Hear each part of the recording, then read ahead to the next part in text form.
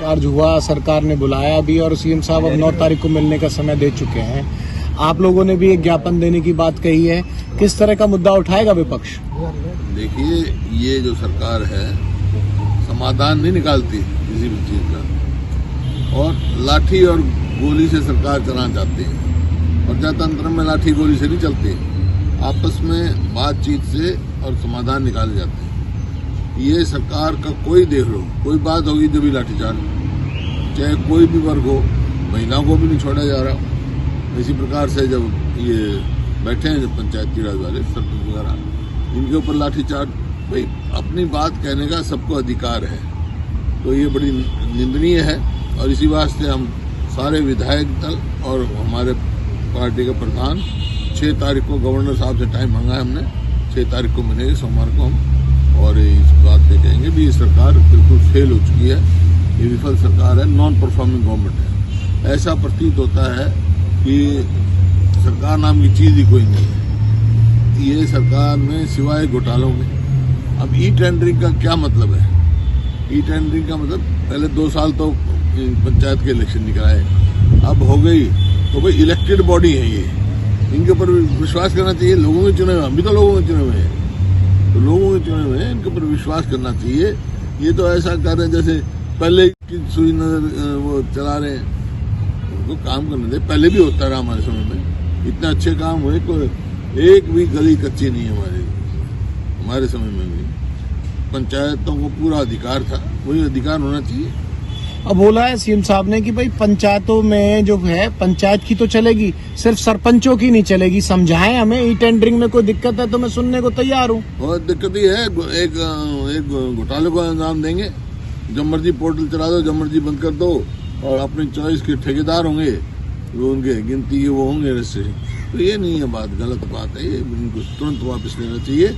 और पंचायत, सरपंच हो, मेंबर पंचायत हो, पंचायत इलेक्टेड बॉडी है, उसको पूर्ण अधिकार होना चाहिए। सरपंच भी जो है मुखिया है पंचायत सर। और इस मामले में सर एक चीज और जरूर आपके संज्ञान में आपसे सवाल या रिएक्शन लेना चाहेंगे। 2 चीजें हैं, एक तो ई टेंडरिंग को लेकर विवाद है, एक जो मंत्री है, पंचायत मंत्री देवेंद्र बबली को लेकर खुद उनकी पार्टी के लोग, निर्दलीय विधायक ये कह रहे हैं कि भाई शुरू में ही जो तीखे बयान आ गए ई टेंडरिंग से ज्यादा, तो बबली ने बिछड़ा दिया या इनको फैला दिया, सरपंचों को शुरू में ही ज्यादा वो कर दिया, मुखर होने के लिए मजबूर कर दिया। पता नहीं, उनकी पार्टी का प्रधान कुछ कहता है, ये मंत्री कुछ कहता है, दूसरे कुछ कहते हैं। सब ज्यादा मामला नॉन परफॉर्मिंग गवर्नमेंट में ऐसा ही होता है, उनकी डायरेक्शनलेस सरकार है ये, डायरेक्शनलेस। और पंचायत मंत्री तो इतना प्रखर होकर बोल गए कि धनखड़ साहब के बारे में, अजय चौटाला साहब के बारे में कि भाई उनको अपना काम देखें, संगठन हम चलाएंगे। मैं कह रहा हूँ ये डायरेक्शनलेस गवर्नमेंट है, कोई डायरेक्शन ही सरकार का। डायरेक्शन एक हो तो उसमें कोई भी होगा, कोई लाइन लेनी पड़ेगी। कोई कुछ कह रहा है, कोई कुछ कह रहा है। ओपीएस की आज मीटिंग हुई चीफ सेक्रेटरी साहब के साथ आज चंडीगढ़ में सर, उसके लिए ये कहा गया, ओपीएस के जो प्रतिनिधि गए थे कि भाई तैयारी पूरी नहीं थी, हम बार बार मिलेंगे, लेकिन समाधान अभी नहीं निकला। नहीं, सवाल इस बात का, मीटिंग की जरूरत क्या है? वो तो एक लाइन का फैसला है, भाई हम ओपीएस देंगे। ये सिर्फ जो है इनके समय पास करने की बात कर रहे हैं, नहीं तो सरकार का फैसला। हमारी सरकार कल को अगर कांग्रेस की सरकार आएगी तो पहली कैबिनेट मीटिंग में यही फैसला किया जाएगा। दुष्यंत चौटाला उप मुख्यमंत्री ने आपको विधानसभा में घेरने की कोशिश की थी, आपसे पूछा था वहीं विधानसभा पटल पे कि हुड्डा साहब ये बताइए कि ये बंद किसके राज्य में हुई थी?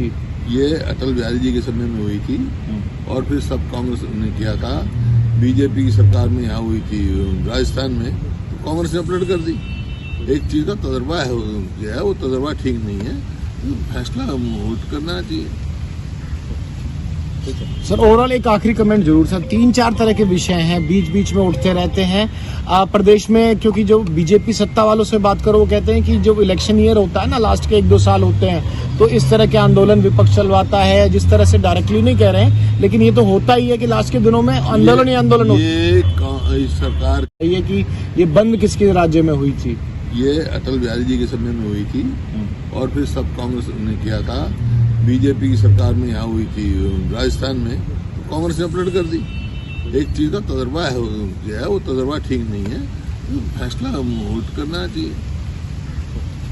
सर ओवरऑल एक आखिरी कमेंट जरूर सर, 3-4 तरह के विषय हैं बीच बीच में उठते रहते हैं प्रदेश में, क्योंकि जो बीजेपी सत्ता वालों से बात करो वो कहते हैं कि जो इलेक्शन ईयर होता है ना, लास्ट के 1-2 साल होते हैं, तो इस तरह के आंदोलन विपक्ष चलवाता है, जिस तरह से डायरेक्टली नहीं कह रहे हैं लेकिन ये तो होता ही है कि लास्ट के दिनों में आंदोलन ही आंदोलन होता है। ये इस सरकार की, बीजेपी जेजेपी की सरकार की विफलता का एक वो है।